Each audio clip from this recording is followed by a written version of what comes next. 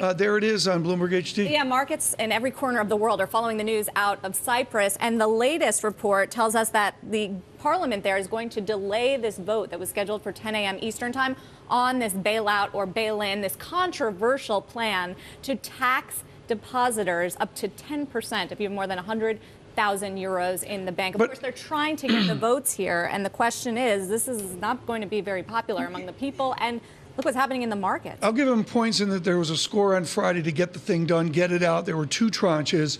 You got to believe, Sarah, we're going to go to 3 or 4 or 5 tranches where the truly impoverished of Cyprus maybe don't take a haircut. Right. So the plan currently, as it stands, is that if you have less than 100,000 euros in the bank, you still get taxed 6.7%. Absolutely, that is going to be unpopular. So you have to think that behind the scenes, some of these lawmakers are trying to negotiate that. And now we go to 1974, and dear Lakshmanan with us, our diplomatic correspondent this morning. One of the backdrops here is, Germany, Russia, Cyprus.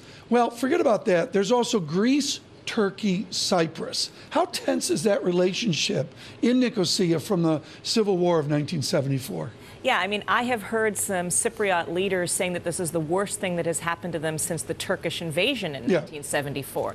I mean, there's no question there are geopolitical, ripples coming from this. I mean, again, I think at this point, everyone is most focused on the effect it will have in the other Eurozone countries, such as Spain and Italy. We were talking about earlier about how this is going to affect depositors. But within Cyprus itself, there's no question that this is the biggest crisis they've seen in almost 40 years. And then to tie this into diplomacy, the British, back from the Suez Canal from 1,000,000 years ago, I'm thinking the Napoleonic War, and I flunked this as my sophomore year in high school, but they have 2 bases on the southern side of Cyprus, don't they? Where this weekend they said they would cover British soldiers. Would cover British soldiers who are also going to be affected by this. There are a few thousand Britons whose accounts will be affected by this, and the British government has said, don't worry, we'll bail you out, we'll cover what you're losing. But, I mean, that's an incredible thing that's happening. And is it going to mean that other countries are going to have to bail out?